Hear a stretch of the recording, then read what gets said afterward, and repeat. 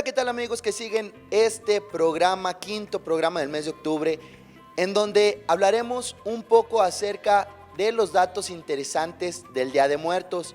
Y bueno, ¿qué tanto sabes sobre este origen del Día de Muertos? Poco sabemos que es una tradición representativa de la cultura popular mexicana y que cada región de México celebra el Día de Muertos de acuerdo a sus usos y costumbres.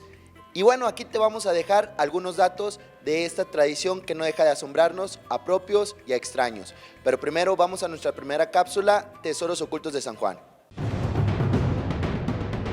¿Qué tal amigas y amigos de San Juan TV? Yo soy el Dr. Bernardo López Padilla, el médico historiador, con la cápsula Tesoros Ocultos de San Juan. Y en este mes de octubre estamos celebrando numerosos eventos.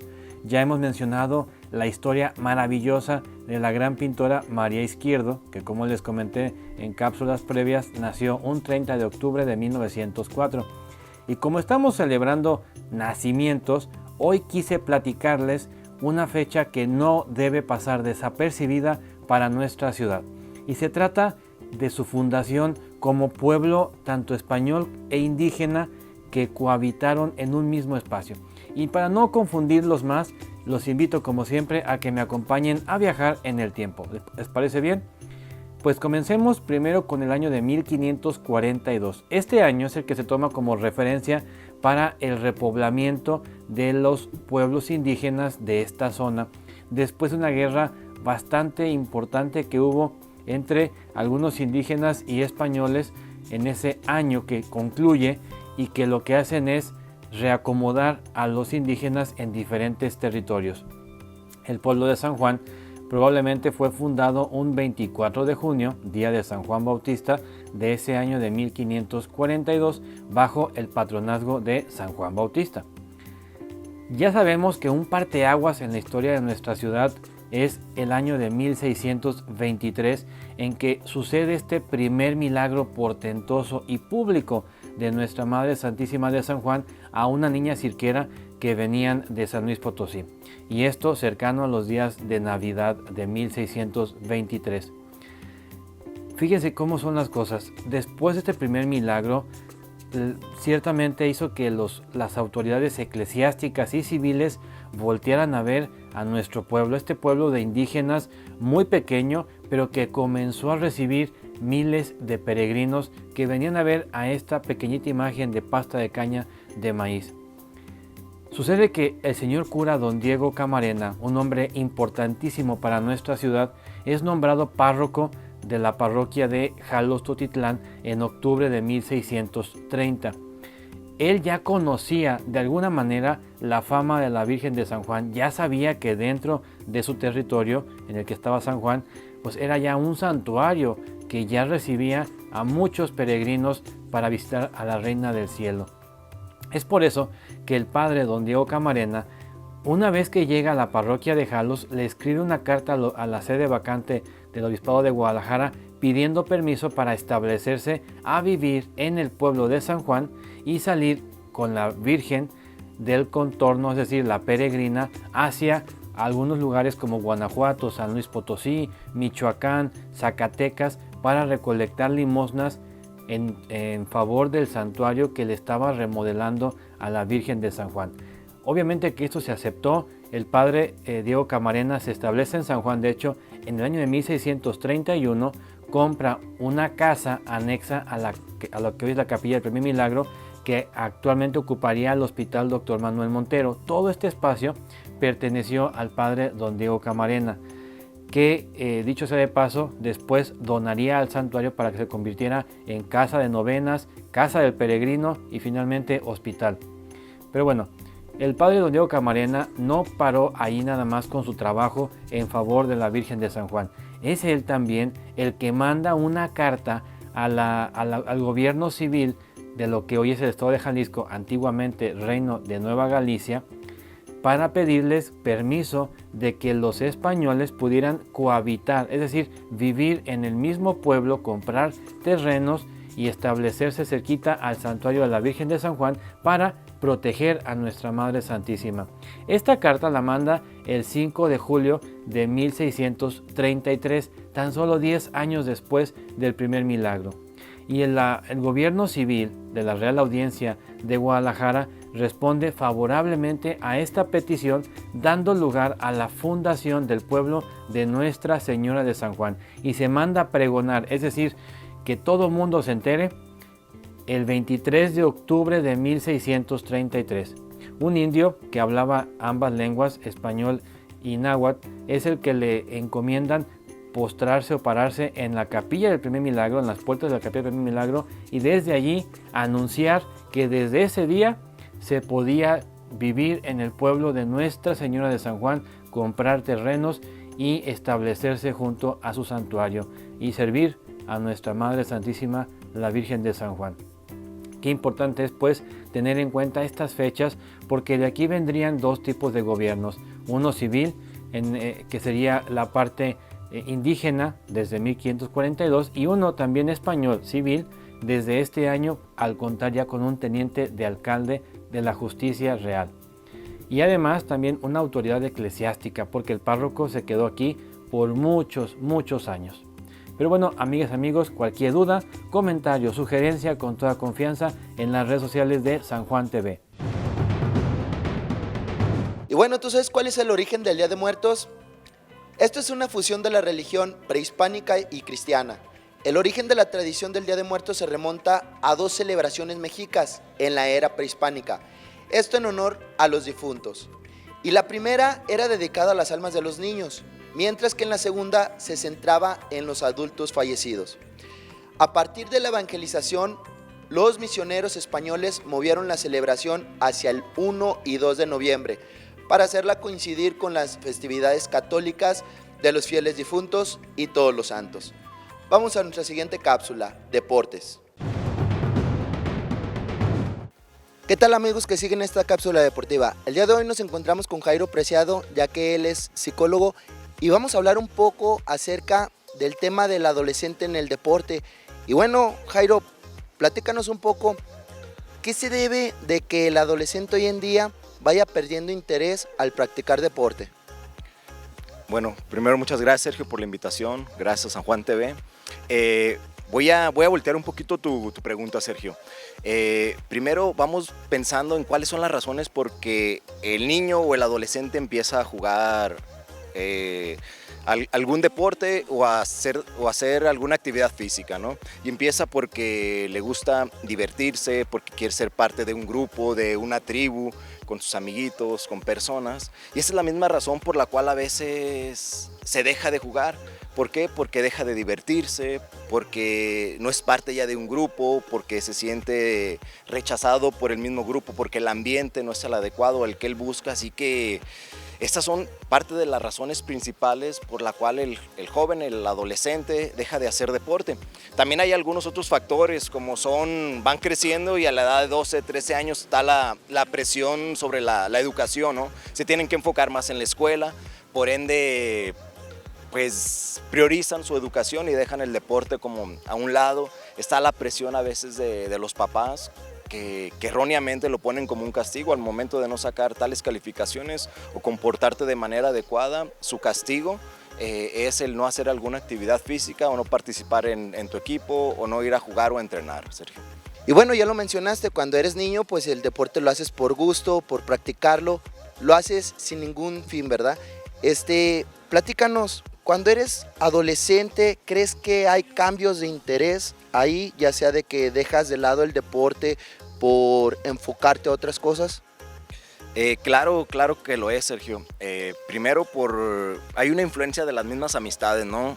A lo mejor nosotros estamos basándonos en el porcentaje que hace deporte, ¿no? Y podemos decir que es un 40%, pero ¿dónde está el otro 60% de los jóvenes adolescentes que no está haciendo deporte? Pues muchos a lo mejor están trabajando, ¿por qué no decirlo, no? Muchos a lo mejor con malas influencias, en otro tipo de actividades no gratas para la adolescencia, y son influenciados, pues, estos jóvenes que hacen deporte por este otro grupo, ¿no? Y aquí la preocupación, y pues bueno, qué bueno que hoy tocan ustedes pues este tema, porque ¿qué estamos haciendo para que ese 40% pueda jalar al otro 60%, ¿no? Pensando en que haga algunas actividades deportivas y mucho más, pero la razón principal es la influencia que tiene el grupo de jóvenes que no hace alguna actividad deportiva a los jóvenes que sí la hacen, Sergio. Sabemos que aquí en San Juan hay mucho talento, desde los niños, en los adolescentes igual. Y bueno, platícanos, ¿qué es lo que podríamos hacer, tanto los padres que ven esta cápsula, como pues también personas externas a ellas, en poder seguir ese camino deportivo en el joven, en el adolescente? Bueno, pues pensar primero a futuro, ¿no? Que sea el deporte un estilo de vida, algo que no solamente es para divertirse, sino provocan parte de su salud. También hablando a lo mejor de los entrenadores que generan a lo mejor un impacto en el niño, en el adolescente, generar este ambiente de que más allá de ser un jugador es una personita que a veces tiene broncas, que a veces tiene situaciones en casa y que a veces son los espacios donde ellos pueden sentirse acogidos, queridos, escuchados, y que gran parte pues de eso pues ellos tienen a lo mejor, no sé si esa obligación o esa responsabilidad, pero que claro que tienen, no sé, tienen esa dicha de poder estar con varios jóvenes a la vez. Hablando de los papás, pues bueno, involucrarlos, concientizarlos y que el deporte pues no sea una alternativa de castigos en su día a día, pues. Jairo, tú con tu experiencia que has vivido o que vives actualmente trabajando con adolescentes, ¿podrías recomendarnos algunos tips, algunos consejos a las personas que ven esta cápsula para seguir motivando al joven? ¿Cómo lo motivarías? Bueno, principalmente que se involucren en el día a día del joven, del adolescente, ¿no? Que el diálogo que tengan con sus hijos no sea militarizado, ¿no? Que se involucren dentro de las actividades, que le guste, que participen, pues, porque a veces creo que nos limitamos solamente a algunas cuestiones académicas y la parte deportiva la dejamos a un lado. Que vean a sus hijos, realmente los vean cuando están haciendo un deporte, cuando están jugando fútbol, básquetbol, voleibol, la felicidad que irradian, y creo que desde ahí, pues al ver a tus hijos feliz, contento, pues creo que es lo que buscamos todos los papás, ¿no? En este sentido, pues es la invitación a todos los papás, a los entrenadores, que disfruten su trabajo, que no lo vean solamente como una obligación o un cumplimiento, que realmente disfruten y que parte de la juventud pues está en sus manos. Así que pues es eso, Sergio. Y bueno, vamos a cambiar un poquito la metodología. Diario terminamos con algún mensaje que puedas darle a los papás. Ahora en este caso va a ser algún mensaje que puedas darles a todos los jóvenes deportistas que ven esta cápsula, Jairo. Bueno, pues que disfruten, que jueguen, que sean parte, que dentro del campo hablen de sus sentimientos, que busquen el trabajo en conjunto, en equipo, que la realidad que al hacer deporte pues tienes como una segunda familia, ya sea en los equipos, ya sea con los entrenadores, y que abracen el deporte, ¿no? Y felicidades a ustedes pues por tocar estos temas que muy pocas veces se habla, pues muchas gracias, Sergio. No, pues gracias a ti, Jairo, y esperemos la mejor de las vibras en tus proyectos, Jairo. Muchas gracias y saludos a todos. Y bueno, agradecer al psicólogo Jairo Preciado que nos da estas palabras de este tema tan importante en la sociedad de aquí de San Juan de los Lagos, que es acerca del adolescente en el deporte. Esto ha sido todo por hoy, nos vemos hasta la próxima. ¿Tú sabes qué simboliza la flor de cempasúchil en las ofrendas? En algunas culturas mesoamericanas, el color amarillo era asociado a la muerte. Por ello, la flor de cempasúchil era y es uno de los elementos decorativos más utilizados para perfumar y adornar las ofrendas del Día de Muertos. Vamos a la siguiente cápsula, Valores al Aire. Hola amigos de San Juan TV. Este mes de octubre, mes de las misiones, conoceremos a un grupo. Este grupo de adolescentes y jóvenes de Catedral Basílica nos contarán un poco de sus experiencias. Hola, ¿qué tal? Mi nombre es Aurora Esqueda. Pertenezco al grupo de adolescentes y jóvenes de la Catedral Basílica de Nuestra Señora de San Juan, el grupo Siloé. Este es un grupo de adolescentes y de jóvenes que, por un llamado de Dios, hemos llegado a estar en misión en estados como Oaxaca o en la prelatura del Nayar. Nosotros hacemos misión, ya llevamos 4 misiones. Desde el año 2019 fue la primera vez que salimos. ¿Qué es ir de misión? Bueno, pues algunas veces pensamos que ir de misión es irte a países lejanos donde la gente no conoce a Dios y donde tienes que empezar de cero. A nosotros, el lugar donde hemos ido, pues han sido lugares un poquito más cercanos y donde las personas ya tienen ese conocimiento de Dios, tienen fe, están apegadas plenamente a la Iglesia Católica, Pero sin embargo, los sacerdotes que están en sus comunidades pues tienen que atender, aparte de esa comunidad, a veces llegan a atender hasta 30, 40 comunidades más, y por tanto a los sacerdotes les es muy difícil que todas sus comunidades de su parroquia tengan celebraciones propias, por ejemplo, de Semana Santa. Es por eso que nosotros vamos y ayudamos en estas celebraciones, para que las comunidades estén participando y estén en un Domingo de Ramos y estén en la celebración del cierre de gloria que le decimos, o en la celebración del Sábado Santo o el Domingo de Resurrección. También les organizamos el Vía Crucis, por ejemplo, el Viernes Santo. Esas son las acciones que hacemos. Vamos, conocemos a las personas, vamos a sus casas y los visitamos, platicamos con ellos, vemos el mundo en el que viven. Es enriquecedor de verdad poder estar con personas con las que no convives. Es llenarte de fe, es llenarte de alegría, es cargar las pilas para tu vida diaria. Nosotros vamos, si acaso, 12 días para estar con ellos, una semana. Y sin embargo, con ese solo hecho de estar ahí, ya tenemos para que durante todo el año nos den ganas de regresar. Si Dios nos permite, a las mismas comunidades, y si no, a otras, donde Él nos llame y donde sepa que hacemos falta. A la iglesia le hacen falta manos que puedan ayudar, le hace falta gente que quiera estar y quiera llevar a Dios a esas localidades. Quisiera hacer una invitación para que todos aquellos que quieran, adolescentes y jóvenes que quieran participar en un grupo de misión, pues se acerquen ahí a Catedral. Nosotros estamos los días martes a las 8:30, hacemos nuestras sesiones en el auditorio, el que está a espaldas de Catedral. Les aseguro que es una experiencia, vivir una experiencia de misión es algo que tienes que vivir por lo menos una vez en tu vida, para que sepas de verdad lo que es tener fe, y no la tuya, sino de las comunidades a donde vas. Porque estas personas, aún con todas sus carencias, viven su fe de una manera maravillosa.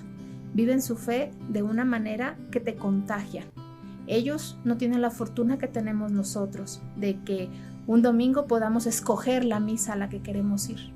Ellos muchas veces un domingo no tienen misa y la ven por una red social, o hacen una celebración de la palabra con su comunidad. No tienen al sacerdote amigo o al sacerdote cercano que va a su casa y los visita y come con ellos. Ellos, para ver a un sacerdote, a veces tardan 1 o 2 meses, quizás hasta más. Nosotros somos privilegiados, y el sabernos tan queridos por Dios a veces hace que olvidemos lo que es de verdad nuestra fe, y estas personas son las que nos ayudan a que podamos reafirmar lo que queremos ser, a quién queremos servir. Siempre, claro, bajo el amparo de nuestra Madre de San Juan, que nos permite llegar y estar en todos esos lugares. De verdad, si alguien, algún adolescente y joven quiere vivir esta experiencia, los esperamos con los brazos abiertos. Les aseguro que no se van a arrepentir. Muchísimas gracias. Hola, ¿qué tal? Nosotros somos parte del grupo Siloé, grupo de adolescentes y jóvenes de la Catedral Basílica de Nuestra Señora de San Juan de los Lagos.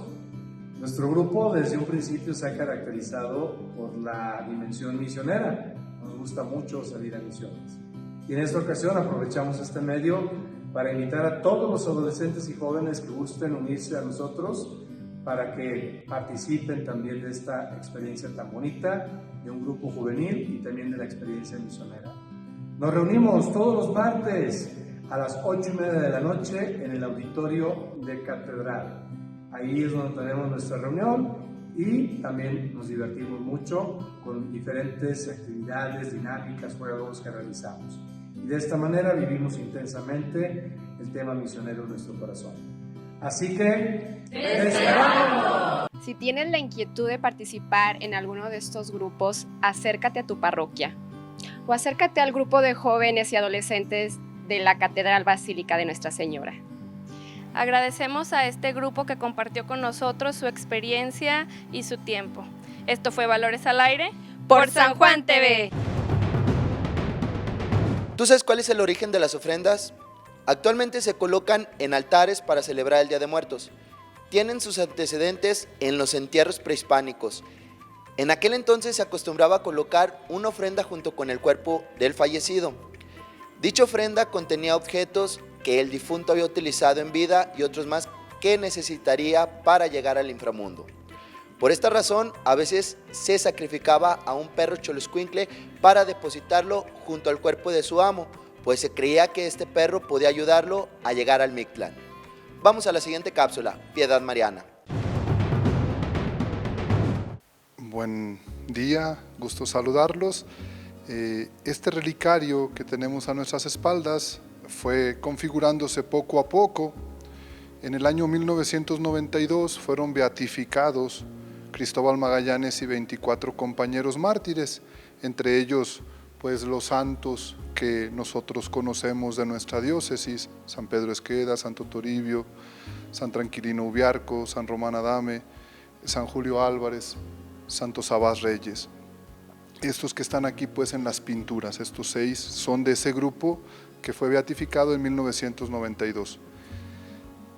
En el año 2000 se tuvieron pues esas reliquias y llegaron aquí al seminario 15 reliquias, especialmente de esos sacerdotes que se formaron en el seminario de Guadalajara y que formaban parte pues de este territorio que fue la arquidiócesis de Guadalajara.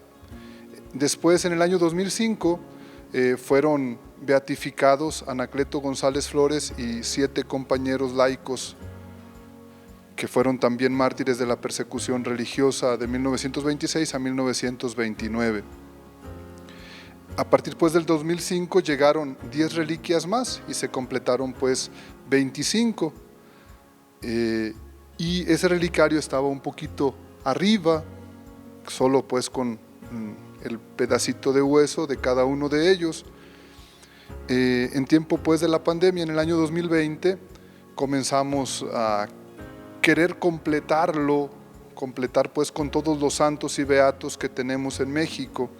En México tenemos la gracia de tener 36 santos y 27 beatos.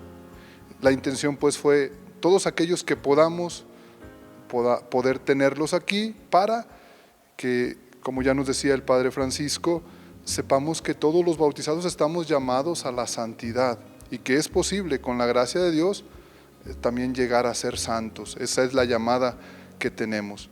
Es así pues que en el año 2020, con el apoyo pues del señor obispo Jorge Alberto, del padre rector Antonio Ramírez y claro, del artista el padre Alejandro González, se diseñó este relicario en continuidad pues con lo que ya había aquí.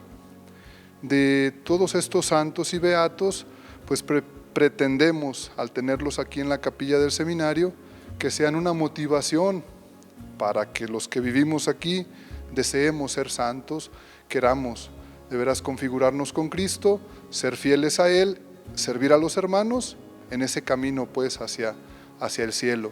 No somos pues ciudadanos solo de la tierra, sino que no se nos olvide que estamos llamados a ser coherederos y partícipes de la gloria de Dios del cielo. Por eso tenemos pues este relicario aquí entre nosotros. Y bueno, todos alguna vez hemos visto a este personaje, pero tú te preguntarás, ¿quién era la Catrina? Bueno, la Catrina o calavera garbancera es una invención del grabador y caricaturista mexicano José Guadalupe Posada.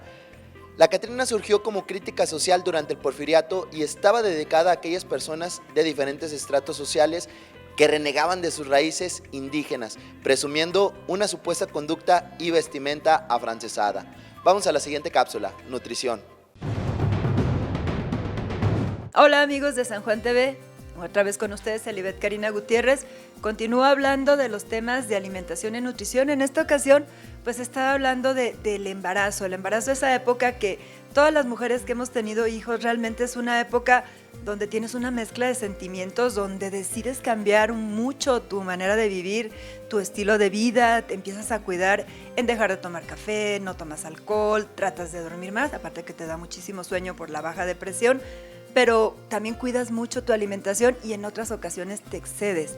Pero algo interesante es, cuando tú has ido con el ginecólogo, te revisan realmente cómo estuviste comiendo antes de embarazarte. Muy pocas veces, hasta que ya estás embarazada te regañan porque subiste de peso, porque bla, bla, bla. Pero realmente antes no se hace una historia de cómo come esta mujer y en qué tengo que complementar. Y hay un nutrimento muy importante que tenemos que verificar, que sería el consumo del calcio. El calcio es el mineral del que nos han hablado tanto para huesos, dientes y algunas otras funciones de impulsos nerviosos. El calcio, en especial en el embarazo, tiene mucho que ver cuando falta en la presencia de la preeclampsia famosa o esos problemas donde las mujeres comienzan a subir desmesuradamente de peso, pero no es realmente peso, es un edema. ¿Qué significa? Comienzan a retener líquidos y la presión de estar baja, que es lo normal que la tenemos en el embarazo, comienza a dispararse, a subir, y la mujer no está ganando peso porque esté comiendo, sino porque está reteniendo líquidos. Revisan niveles séricos de calcio, niveles en sangre de calcio, y encuentras que el calcio está bajo. Por lo tanto, profilácticamente se recomienda que la mujer se complemente con calcio. ¿Por qué? Porque casi todo el calcio que tenemos, 2/3 partes se le van al bebé, y ese se depositan a partir de los 6 meses, que es cuando se incrementa el riesgo de la preeclampsia. Entonces, ¿qué tenemos que dar aquí? Normalmente el médico te da tu complemento y casi siempre te da calcio. La cantidad es de 1.5 a 2 miligramos diarios, que serían 1.5 gramos a 2 gramos diarios. Eso es lo que te darían. Pero muchas veces te los dan mezclados o te lo dan aparte. No olvides tomarlo, porque esto va a asegurar que el bebé calcifique bien y que tú no te descalcifiques, que no suceda lo que decía mi abuela. Un hijo, un diente. No es necesario eso. Hay que complementar, hay que alimentarnos y buscar fuentes de este mineral. ¿Cuáles serían? Principalmente la tortilla, comida en cantidades adecuadas, tortilla hecha de maíz nixtamalizado, los productos lácteos, que serían una excelente fuente de calcio, es lo que yo puedo comer. Cuando tengo intolerancia a la lactosa, entonces todavía es más importante que yo consuma algún complemento, porque esa fuente de calcio, a menos que sea deslactosada, la voy a poder consumir. Otro nutrimento muy importante es el omega 3, que se ha identificado que si el niño, desde que está en la vida intrauterina, está marcando lo que va a ser su vida futura, si tú consumes omega 3 en la variedad que tú quieras, de cualquier tipo de ácido graso, pues este va a ayudar a que el desarrollo del bebé sea mejor, el desarrollo neurológico, y que tenga una mejor marcaje para el futuro y algunas enfermedades se expresen en su mínima expresión, porque genéticamente sí hay cambios durante la vida uterina si tú mejoras tu alimentación. ¿Cómo puedo conseguir tomar omega 3? Se habla de los pescados grasosos, donde, el salmón es uno muy importante. Desafortunadamente no estamos en una zona donde el salmón se consiga mucho, se cultive mucho y los costos son muy elevados, pero sí tenemos atún y sí tenemos sardinas que también tienen altas cantidades de omega 3. Lo puedo encontrar también en la linaza, en algunos frutos secos, y si de plano no puedes consumir estas cosas, pues asegúrate un buen complemento de omega 3. Te lo puede recomendar tu médico, que pueda ser adecuado en la cantidad suficiente. Más o menos se recomiendan 300 miligramos diarios, que es lo que debemos de consumir. Y además, el consumo de este omega 3 te va a ayudar a mejorar los procesos inflamatorios, a la producción hormonal y a todos los beneficios que ya conocemos. Por lo tanto, como ven, el embarazo es una de las épocas preciosas, en las épocas donde las mujeres podemos disfrutarlo mucho. Hay mujeres que lo inician con mucho estrés. Hay que procurar, si tenemos a alguien cercano a nosotros con un embarazo con estrés, disminuirlo o ayudarle a que lo disminuya, porque eso también va a contribuir a que su proceso no sea de la manera adecuada y el bebé lo va a sentir, porque recuerden, todo lo que pase afuera, el ambiente materno se lo pasa al bebé. Cuidemos mucho de nuestros bebés. Nos vemos en la siguiente cápsula.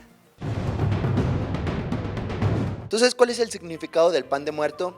Y algunos historiadores relacionan el origen del pan de muerto con un pan de amaranto que preparaban los mexicas para honrar a Huitzilopochtli.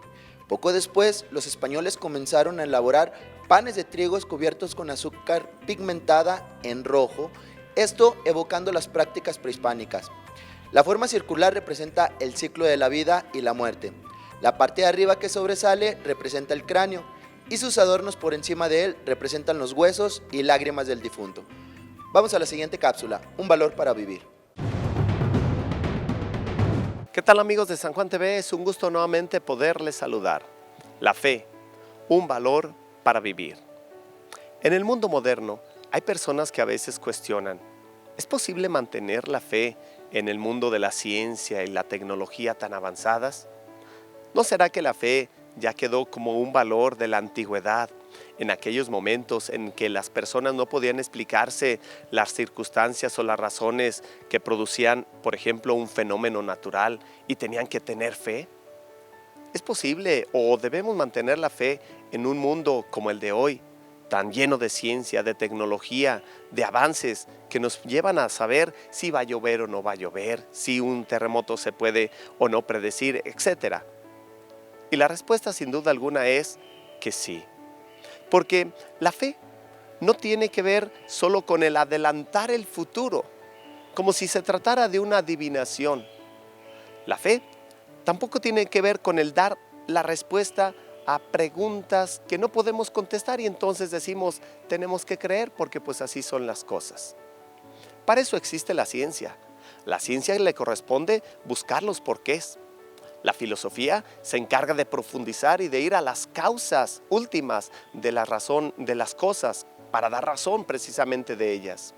La fe significa confiar en Dios. Y confiar en Dios nunca pasará de moda.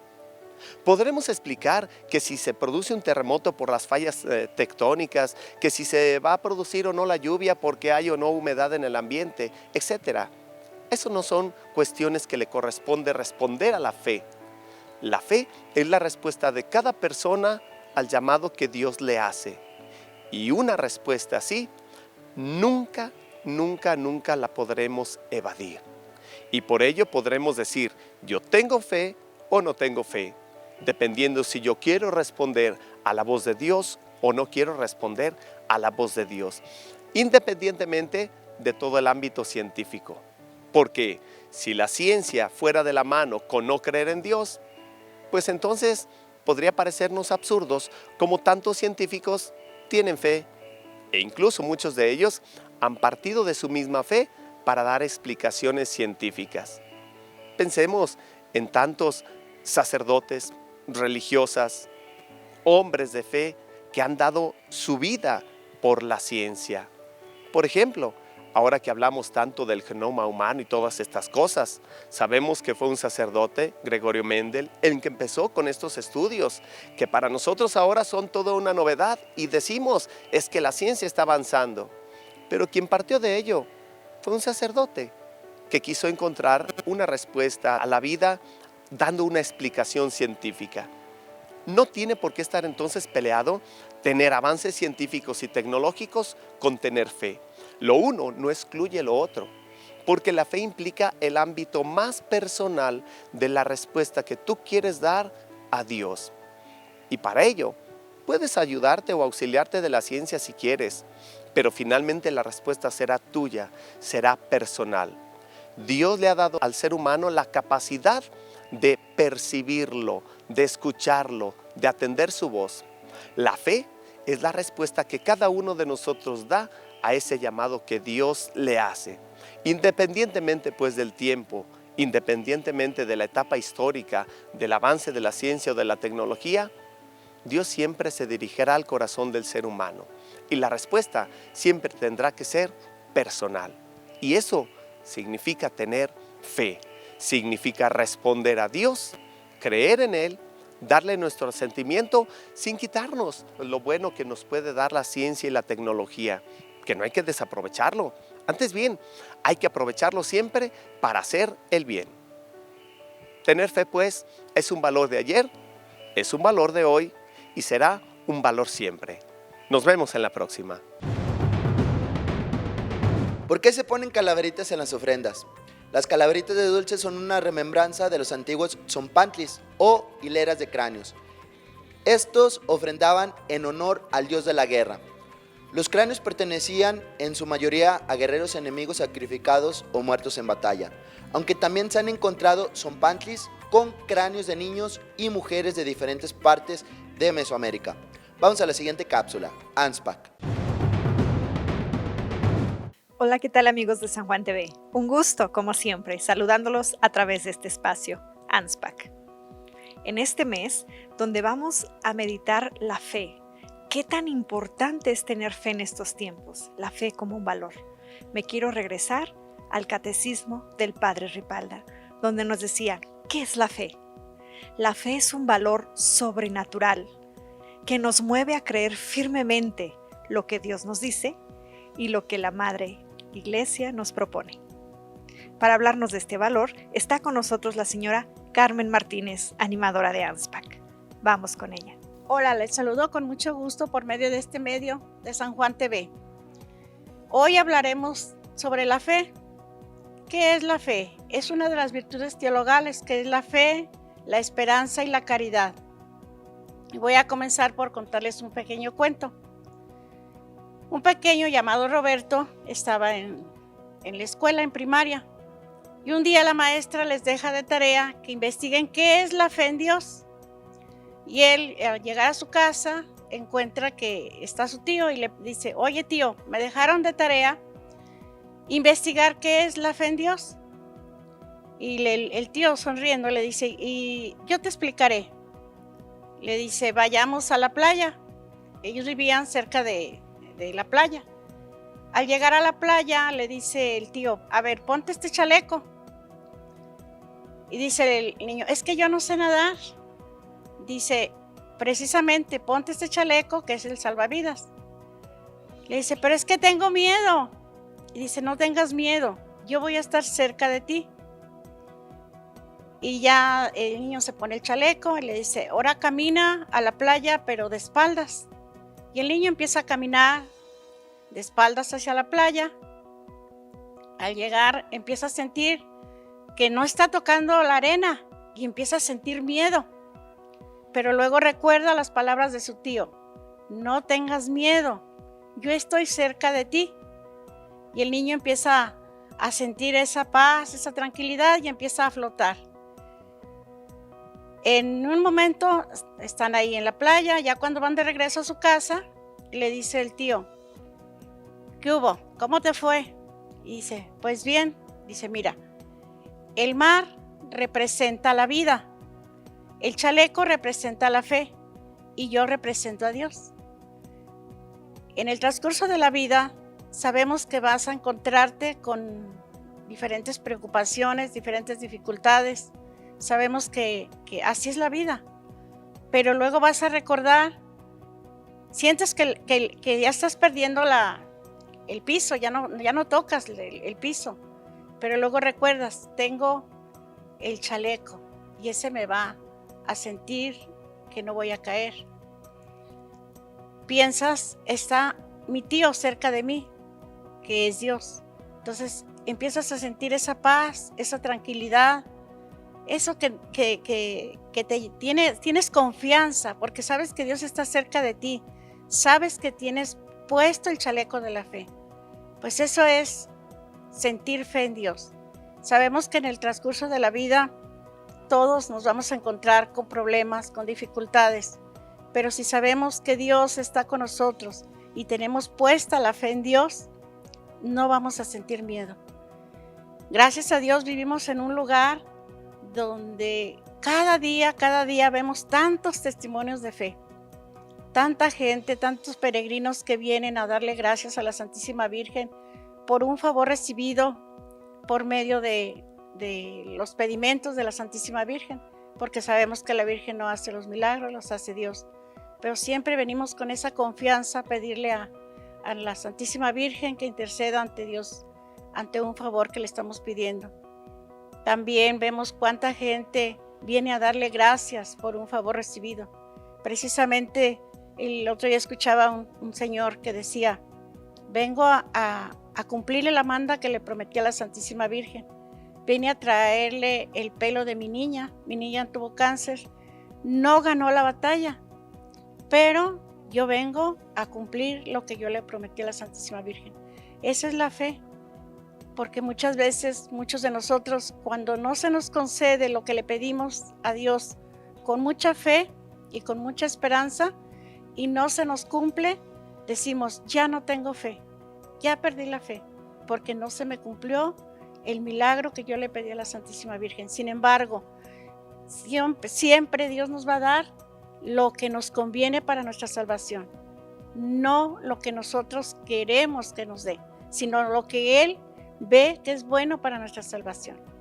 Y la fe en Dios debe de ser una fe de verdad, que se cumpla o no se cumpla lo que le pedimos, no la vamos a perder. Siempre la fe en Dios.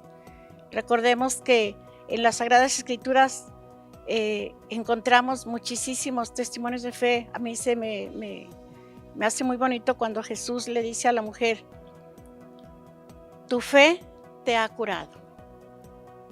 La mujer lo seguía para que la curara de una enfermedad. Ella sabía que con solo tocarle el manto, ella se iba a curar. Y le dice Jesús, tu fe te ha curado. A veces no podemos creer en las cosas que nos suceden, porque no tenemos a veces la confianza en Dios. Y cuando nos pasa algo decimos, qué grande eres, Señor. Qué grande eres. Me cumpliste lo que a mí me convenía, porque siempre nos va a dar lo que nos conviene para nuestra salvación. Recordemos siempre que quien tiene fe tiene a Dios, y quien tiene a Dios no le falta nada. Muchas gracias, Carmen, por tus palabras que tenemos para meditar toda la semana. Y siguiendo con el catecismo del Padre Ripalda, nos preguntamos, ¿qué tan necesario es creer las verdades de la fe para poder salvarse? Es necesario creer en ellas para poder salvarse. ¿Y podrá alguno salvarse solamente con la fe? No, ciertamente que no. Necesitamos la fe y la caridad con obras. Soy Gemma Barba, nos vemos en la próxima cápsula de ANSPAC. ¿Tú sabes qué tiene que ver la mariposa monarca en la tradición del Día de Muertos? En algunas regiones de Michoacán y el Estado de México se cree que las mariposas monarcas son en realidad las almas de nuestros ancestros, que regresan a visitarnos. La llegada de esta mariposa a México coincide con la celebración del Día de Muertos, por lo que la creencia se refuerza aún más, sobre todo en las comunidades mazahuas y purépechas. También resulta curioso que el color de este insecto se asemeja mucho al del cempasúchil, la flor de los muertos. ¿Lo habías notado? Vamos a la siguiente cápsula, Acción con Valor. Hola, ¿qué tal? Bienvenidos a Acción con Valor. El día de hoy vamos a hablar sobre las enfermedades y las temperaturas. Las temperaturas ya son un problema que se alargó por demasiado tiempo, y el primer ejemplo que se nos viene a la cabeza es el calentamiento global. Que ya ha estado por alguna década, quizás, posiblemente, que se ha estado regularizando por estos últimos años, pero que sigue presente. ¿Y qué tiene que ver el calentamiento global con lo que vamos a hablar hoy? Verán, las temperaturas y las enfermedades tienen una conexión algo curiosa, porque, por ejemplo, los virus, bacterias y seres similares suelen viajar mejor por temperaturas frías, y esto es a lo primero que vamos a entrar, las temperaturas frías. Digamos que en un sitio hace demasiado frío, y lo que viene por consecuente y que es obvio es que la gente va a tener gripa, porque el virus de la influenza, que también es conocida como gripa, suele afectar mucho más en el frío, porque viaja mejor en él. En temperaturas calientes no, debido a que los virus y microorganismos de este tipo pueden llegar a morir en temperaturas altas. Es por eso que no se ven muy presentes en temperaturas calientes, y es ahí que también algunos remedios caseros pueden llegar a funcionar, como por ejemplo lo es el caldo de pollo, que es un remedio casero a la gripa. Este es útil en esta debido a que su temperatura es caliente, es fácil de digerir y también es fácil de hacer, cocinar, y tiene nutrientes, ya viene siendo la zanahoria, la papa, el mismo pollo, el agua misma, y esto, una vez ya está dentro del organismo, es fácil que vaya a actuar como una defensa en contra de la gripa. Además del sistema inmune, pero ¿qué pasaría si no hubiera virus?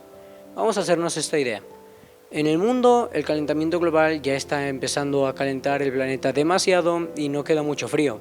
Claro que lo primero que pensaríamos es que habría grandes cambios en el nivel del mar, en algunos animales que se irían extinguiendo, quizás no tan poco a poco, sino algo rápido, y sí, esto sería uno de los problemas.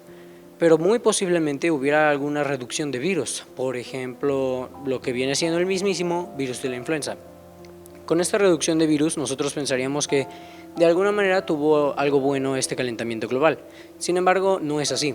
Los virus, bacterias, hongos, infecciones, todos estos son necesarios para que el sistema inmune se vaya preparando en contra de alguna otra enfermedad peor. Pero oye, si no hay virus, entonces no va a haber más enfermedades, no se ocupa preparar. La cosa es que sí habrá otras enfermedades, porque las enfermedades no solo se generan por los virus o por las bacterias, hongos o infecciones. Esto puede ser generado por el mismo cuerpo.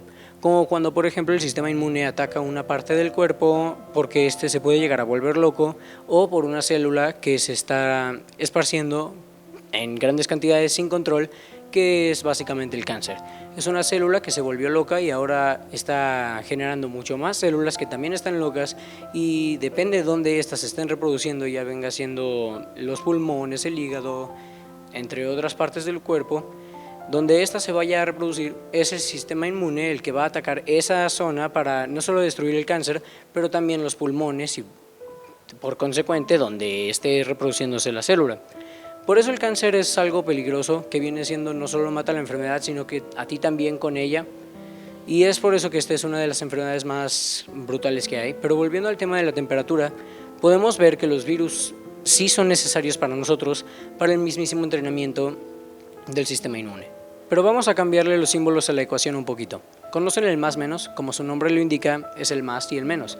En este caso vamos a representarlo como una temperatura neutral. ¿Qué pasaría si el calentamiento global se enfriara un poco y nos dejara una temperatura neutral? Entonces, como se planea por el hombre, las temperaturas estarían a una condición similar a lo perfecto. No estaría perfecto, pero no estaría ni tan caluroso ni tan frío, y las temperaturas, como se está diciendo, estarían reguladas. Pero ¿qué pasaría si fuera negativa la temperatura? Si estas fueran demasiado frías. Por lo que hemos visto, sabríamos que habría mucho más enfermedades y viajarían con más facilidad durante el proceso de frío que estaría sufriendo la Tierra o algún lugar específico. Si estos lugares tienen mucho más temperaturas mucho más bajas, más frío y por consecuente más enfermedades, se tendrían que mejorar los sistemas de medicina, que es algo que cada día se está intentando mejorar. Sin embargo, con emergencias como esta se debería triplicar el esfuerzo o quizás multiplicarse por un número muchísimo más grande. Por lo que estamos viendo, no es bueno ni una temperatura muy baja ni una muy alta, no es bueno ni una era glacial ni una época de lava, que es a lo que nos estamos acercando, no lava específicamente, pero una época de demasiado calor. Así que no podemos vivir ni con un exceso de enfermedades ni con una falta total de estos virus y bacterias, porque el mundo ocupa de las bacterias y nosotros algo de virus para seguir entrenando nuestro sistema inmune. Por ende, lo mejor a lo que nos podemos acercar es una temperatura neutral. Esto ha sido todo y nos vemos en la próxima Acción con Valor. Espero que te haya gustado esta información de los datos curiosos del Día de Muertos. Esto ha sido todo por hoy, nos vemos hasta la próxima. Yo me despido, mi nombre es Sergio Núñez y esto fue San Juan TV.